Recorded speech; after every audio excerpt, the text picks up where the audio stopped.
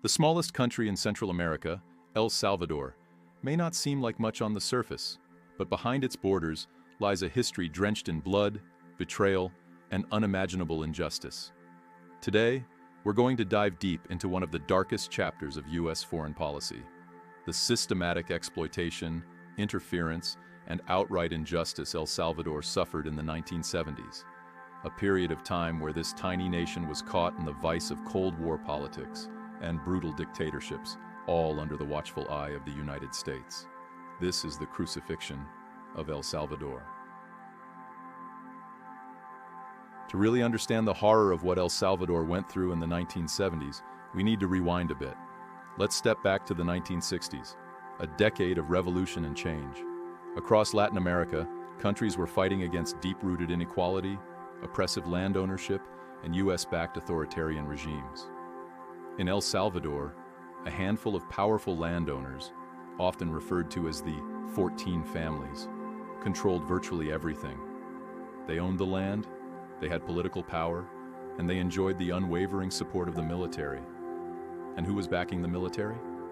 The United States, of course. After all, the Cold War was raging, and the US was terrified that El Salvador might become the next Cuba, the next communist foothold in its backyard. Now you might be wondering, why does this matter? Why should anyone care about a small country in Central America? Well, the truth is, what happened in El Salvador mirrors much of what we've seen in history. Great powers abusing small nations for their own political gain.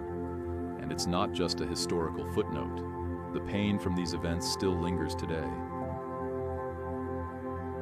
As the 1970s rolled in, El Salvador was a boiling pot waiting to explode. The peasants and working class were starving. The wealthy elite, supported by military might, were getting richer, and the inequality gap was wider than ever. And then came the US involvement.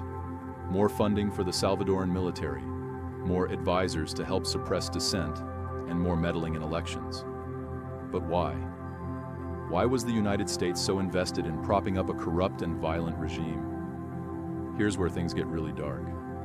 The US saw every left-leaning movement, every attempt at reform, as a threat. They weren't concerned about justice or democracy. They were concerned about communism. In 1972, something remarkable happened. A man named José Napoleón Duarte ran for president. He wasn't a communist. He wasn't even far left. But he represented hope. Hope for the poor. Hope for change. Hope for a better El Salvador. And guess what? He won. Except he didn't. The military, backed by the US, nullified the election results and placed a right-wing general, Arturo Molina, in power. The people's choice was crushed, and Duarte was exiled. This was a critical moment, one that lit the fuse for a full-blown civil war. Imagine, for a moment, if your right to vote was completely meaningless. Imagine living in a country where no matter how much you wanted change, no matter how hard you fought for a better life, the system was rigged against you. That's the reality Salvadorans faced in the 1970s.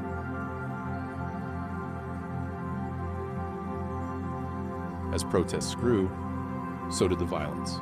The Salvadoran government, with US funding and training, unleashed death squads, infamous groups like Orden, who roamed the countryside, hunting down anyone suspected of leftist sympathies. Thousands of civilians were murdered. Teachers, priests, activists, anyone who dared to speak out against the regime.